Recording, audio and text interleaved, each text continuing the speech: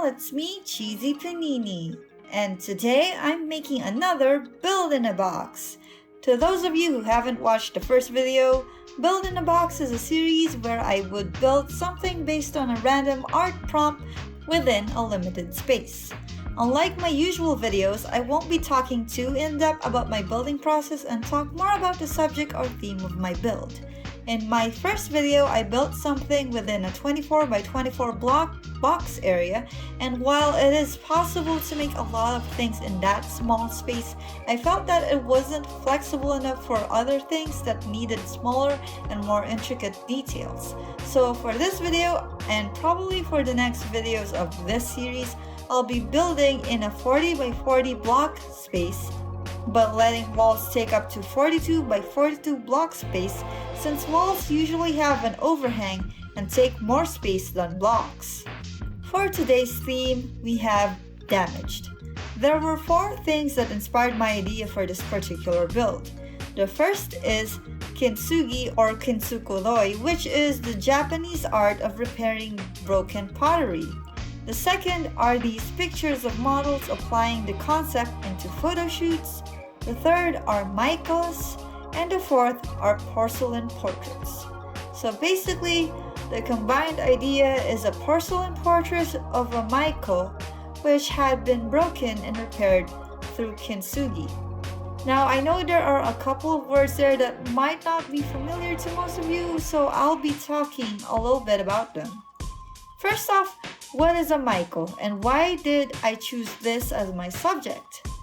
Since I was already applying the Japanese art form of kintsugi to my build, I thought I'd stick to a Japanese theme and instantly thought of geishas. The word geisha literally means artist, performing artist, or artisan. Geishas are a class of female entertainers from Japan who are trained in traditional styles of performing art such as Japanese dance, music, and singing. They're basically the equivalent of celebrities in our modern time.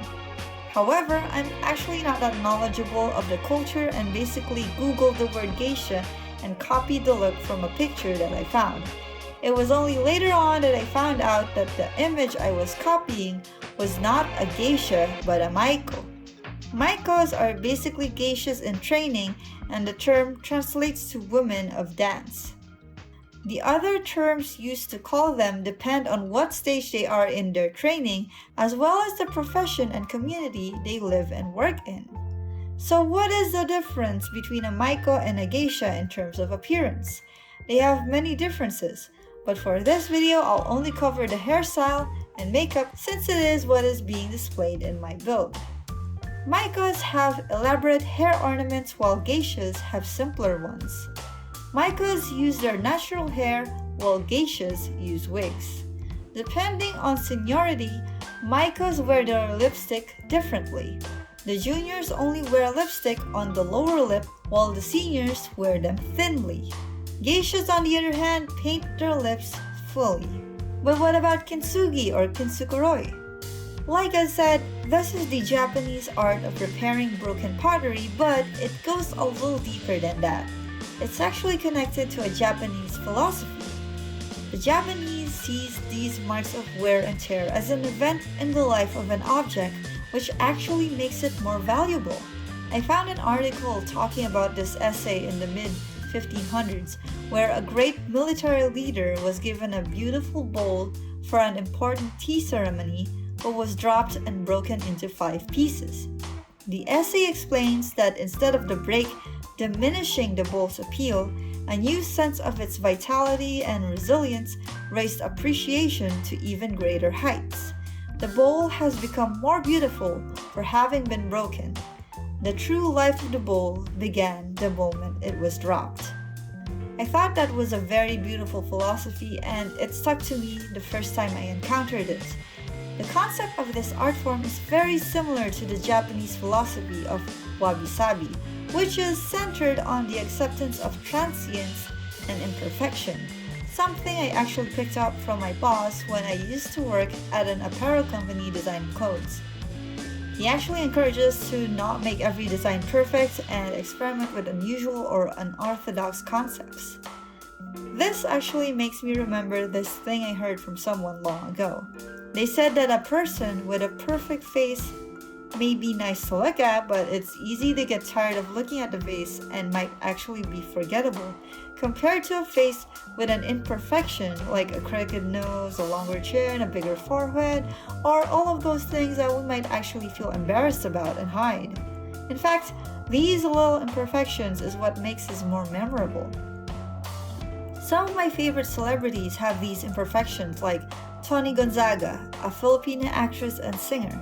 She's actually known for having a really wide jaw, and she even makes fun of herself in some of her movies. But despite that, it actually makes her more relatable and likable. I believe this philosophy is very powerful and important. So many people, myself included, have shied away from social interactions and refused to share their talents to the world because they're trying so hard to prevent themselves from getting humiliated because of their insecurities of their flaws.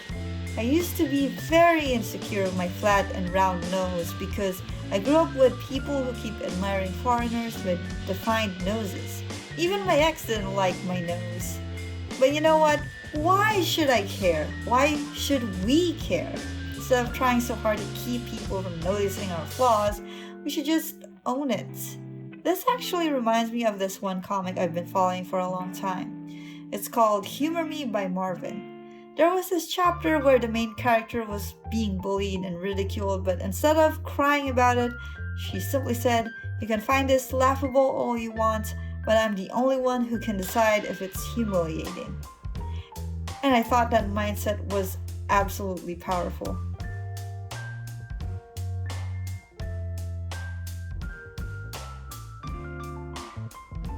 I know I've rambled a bit in this video, but I do hope you find it somewhat interesting and maybe a little bit educational.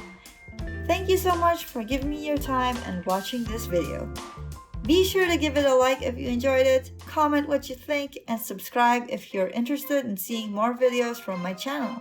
But for now, I'm just gonna go do my thing, and you guys do your thing, and I'll see you guys later. Take it easy, stay cheesy.